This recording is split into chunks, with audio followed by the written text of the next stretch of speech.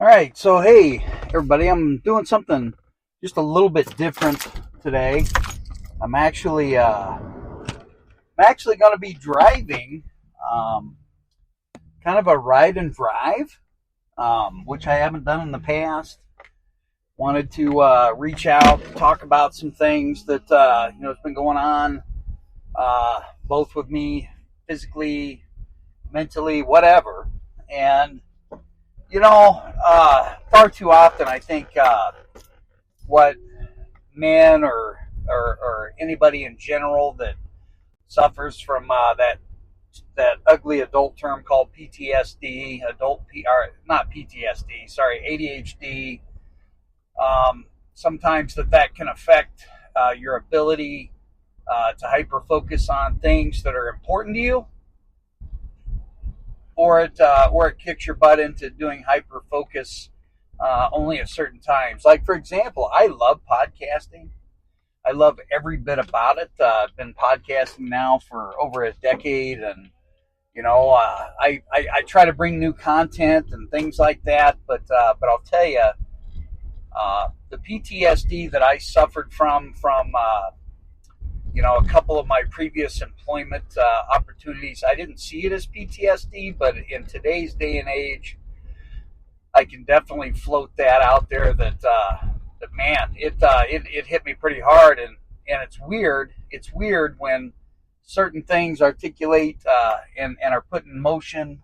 Certain things that happen during the day, whether it's similar, to past encounters, either with family or even being a dad or whatever.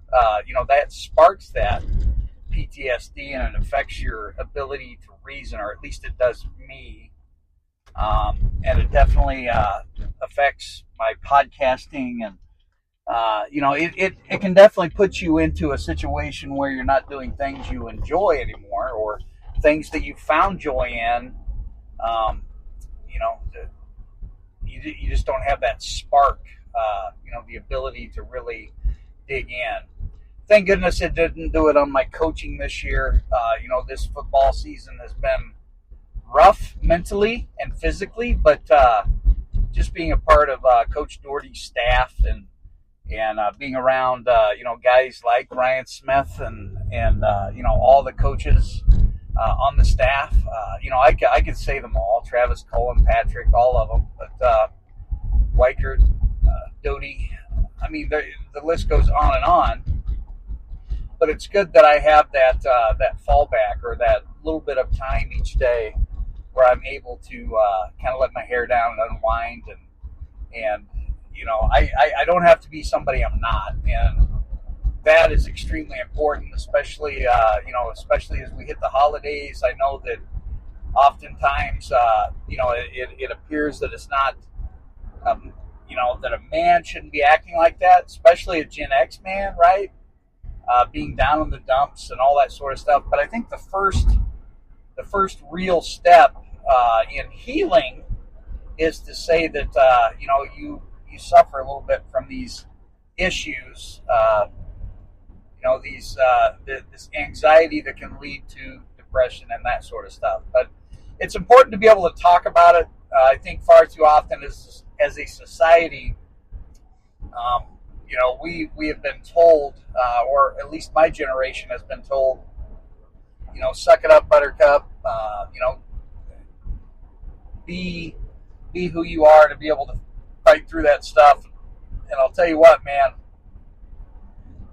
if everyone out there is, like in my generation, continues to do that, what we're going to do is we're going to pass that on to the next generation, within our families. And the world that we grew up in, it no longer exists. And again, looking back at the 70s, 80s, and even the early 90s, man, it was a different world.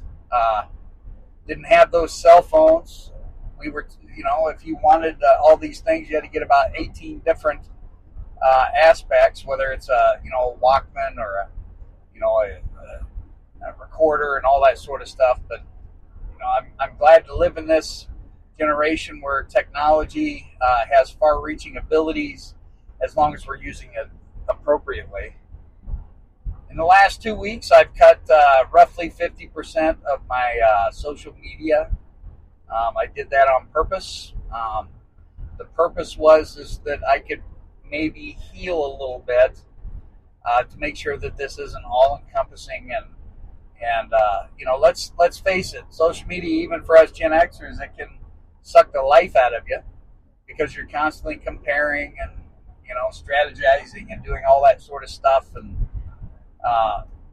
I can remember when Facebook first got my account back in 2004, a long time ago, man. 20 years on social media. It's crazy to even think of it like that. But 20 years ago, it was different. There wasn't this bullying factor or this AI that's constantly trying to wrap us into these 10 to 15 minute videos and things like that. I mean, does it have a great purpose? Yes, but all I can see out of a lot of the social media out there is people get upset when you try to open up a direct line of communication. It's crazy. People don't even read what they share, or they don't investigate what it is. And I posted a Facebook post there last week. It was prior to Hurricane Milton, and I shared it. I didn't investigate it, and lo and behold, not everything you see on social media is correct. Crazy when you think of it like that, but you have to investigate it for yourself. It's crazy. But my brain is all over the place this morning.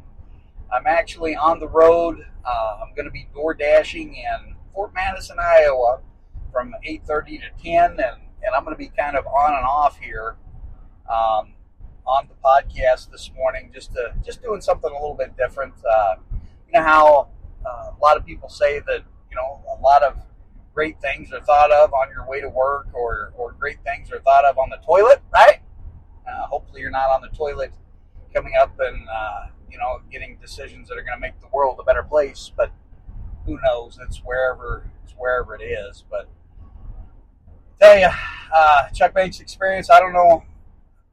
I can't say where it's going to go. I can say that without a doubt, as long as I can get past this muck that's going on in my brain, this battle of depression, if I can get past it, I can definitely fire it back up on all fronts. But it's important to be able to utilize this, at least in a way that can bring out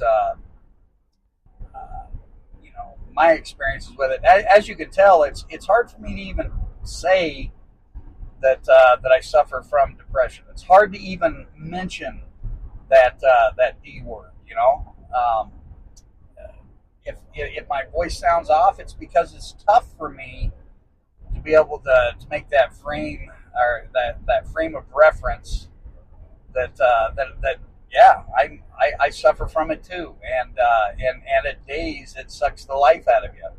I look back at a couple years ago, and there was a period there, a 6 to 8 week period where my body almost completely shut down due to the amount of stress and anxiety that I was going through. Leaving a program, getting ready to go into another program, leaving a school district, getting ready to go into another school district. That healed me in many ways.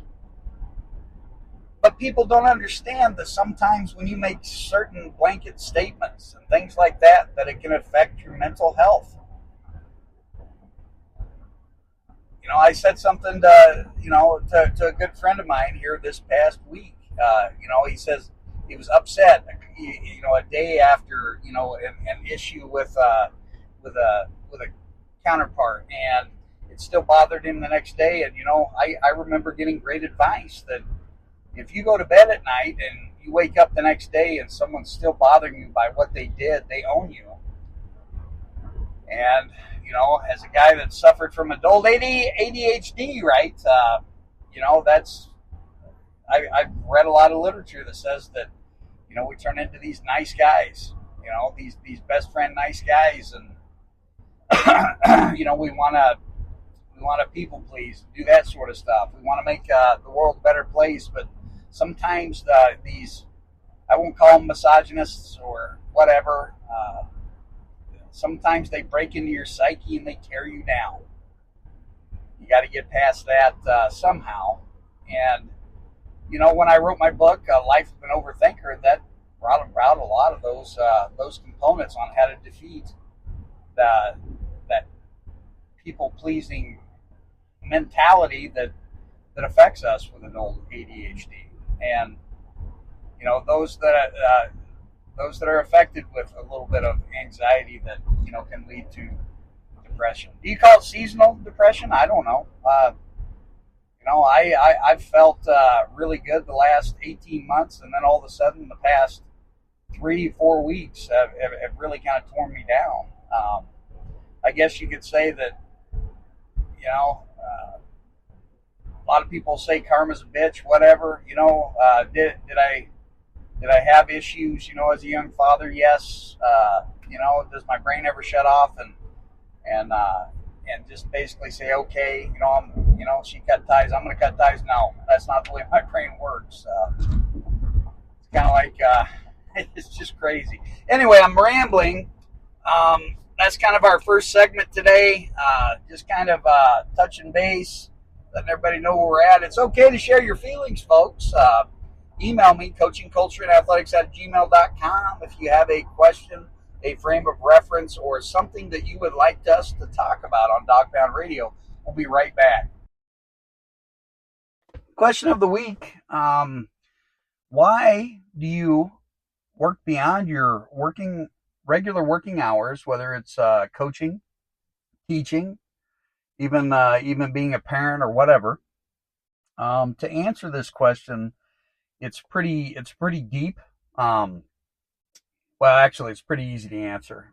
This particular aspect, has been hitting me since February 5th, when I had to be life flighted to Iowa City due to a stroke, and all of the medical bills that have piled up. I'm actually out door dashing to actually pay those particular bills off. So, it started out just kind of as a people watching type of employment. It's kind of fun. It's a stress reducer. I don't just do it I didn't, prior to this event, just do it for extra money, whereas now it's much needed. And a lot of that has to do with, I thought some of my books would pay off and things like that, but not all authors. I mean, you can have a lot of books out there, and if not the right people read your particular book, it can affect sales and things like that. So I've always been kind of a little bit back on the drawers board. Well, it's okay to be the little guy, pushing your ideas and things like that, trying to make the world a better place, one step at a time. But that kind of answers that particular question, why we do what we do. And there have been weeks over the past couple of weeks, in between game film, in between writing IEPs, in between, or right after practice, even going out for a couple hours to, make a couple bucks, to pay off those ugly bills. And I think too often we get wrapped up in this thing where, we have to make sure that, or we're worried about things, that are kind of outside our control, like bills and things like that. And it affects your psyche in many regards. Now, this is kind of the long version, but I do it. I do this DoorDash thing for a couple of reasons. Number one, obviously to pay off the bills, and that's out of my control. But number two, to go out and kind of serve the area and see things from a different perspective, which I think many times, whether you're at McDonald's and they forget about your cheeseburger and you become irate, they don't see what truly goes on out there in the place of employment, where people are out there serving, trying to make a wage, a livable wage, which, by the way, education is not a livable wage. I'll just throw that out there for our politicians and things. But it's one thing to basically think a certain way, but without putting their shoes on and understanding what's going on. You truly don't quite understand what these people are going through. And as we get closer to the holidays, especially, take care of those people that are in service. That's my very first DoorDash, 13 items at Dollar General. You know what? I'm going to go ahead and accept it. And we're going to drive on over. You're going to hear that in the background, which is okay. But I kind of wanted to take you on along for the ride here. 13 items, and it says that I'm going to make $8.43. We'll see what happens here. I will tell you that out of the last 3 or 4 grabs for particular products, most of the time they didn't have the stuff, right? So anyway, going into Dollar General right now, I'm going to pause it, and then as soon as I get done here, we'll talk again. It is 8:17 in the morning, and you can kind of have an idea. I'll be right back. All right, so I'm back. It's 8:29. Wasn't too bad. Dollar General only didn't have one item, so it was substituted. Turn left onto 48th Street. Turn left off onto on my 48th first Street. one. Wasn't too bad. But I'll tell you, as an old man trying to find Gerber baby stuff, that is difficult at times. Continue for a half mile. It's not bad, but anyway, I'll fill you in as soon as I get back. All right, so I ended up making $8.83 on something that took roughly 20 minutes, so that's not bad. You could make $24 an hour. That would be awesome. And you know what? Got to give a shout out. The customer was nice. But if you're DoorDash, make sure you double stack that stuff at Dollar General, man. That stuff fall out.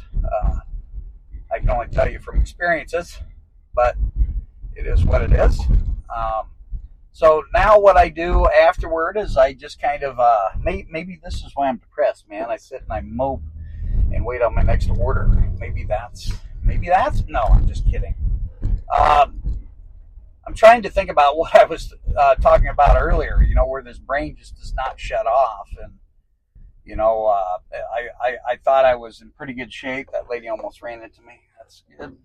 Thought I was in pretty good shape as far as not overthinking, but I tell you, it's kind of overtaken my psyche over the past couple weeks. And it's definitely something that I'm going to have to be cognizant about and try to effectively neutralize that overthinking thing.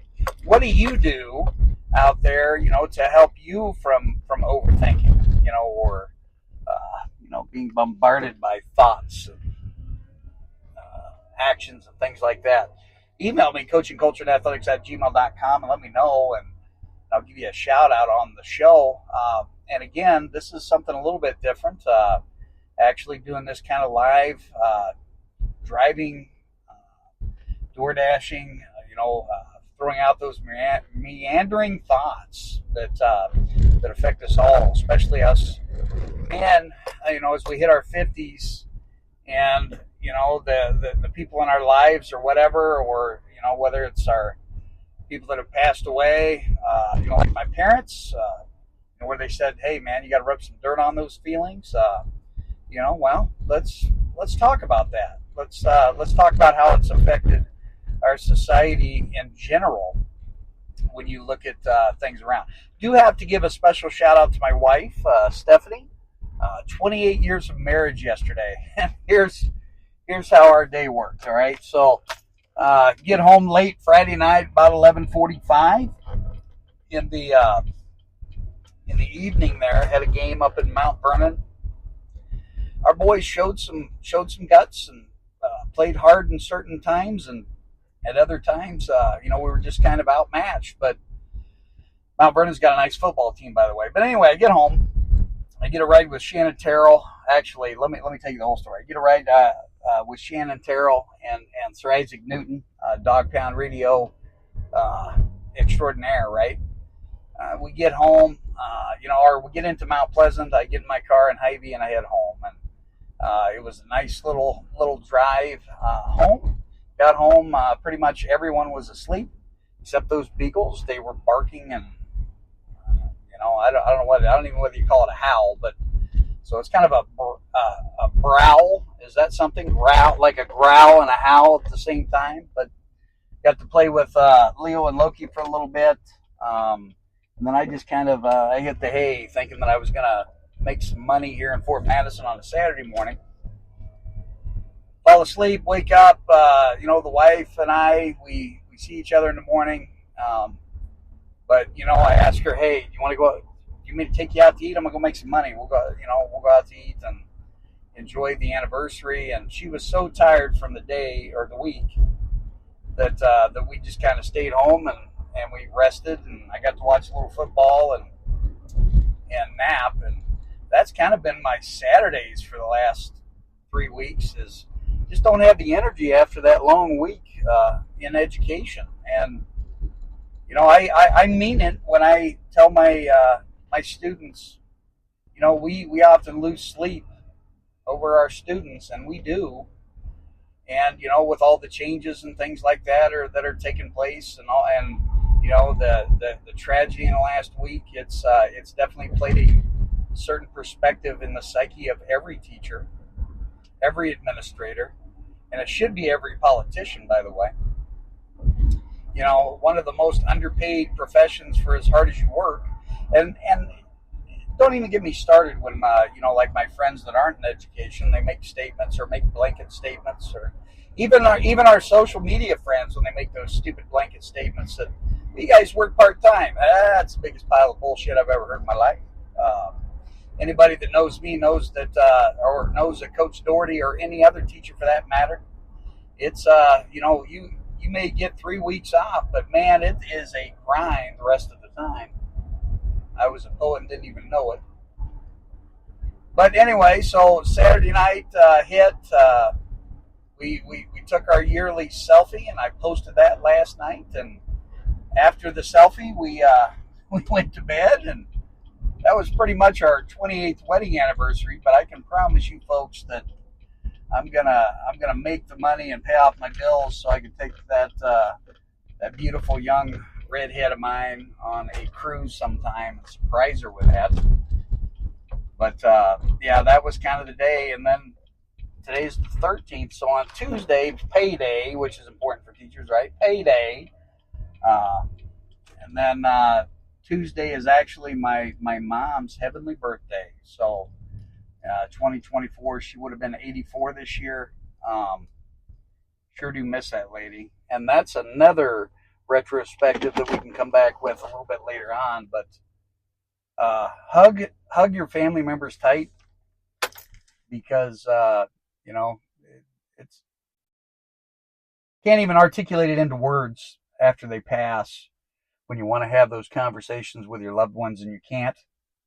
And it just kills you in many regards. So always say what's on your mind, and remember, you're only you're one decision away from a different life. We'll be back on live Chuck Banks Experience, driving around the little old town of Fort Madison. We'll talk to you later. Well, I have a few moments. I'm just going to take a few moments to take advantage of the downtime here with DoorDash, here on a Sunday morning here in Fort Madison. Hope everyone has a glorious week ahead, as we get ready to fire up and we get close to postseason time for volleyball and cross country and things like that.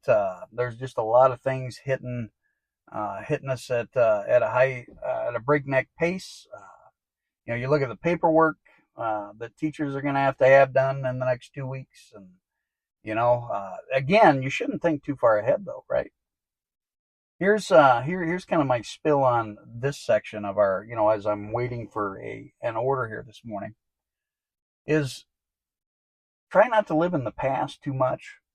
I mean, the past has destroyed my brain. You wouldn't know how many times that I think of the past on even an hourly basis, let alone a daily basis. but try not to live in the past too much, and don't try not to focus too much on the future, because that's going to cause anxiety. We have to find a way to see the things in the current moment, right now. And I think that's one of the hardest things to do as an adult. I look at myself now, 52 years old.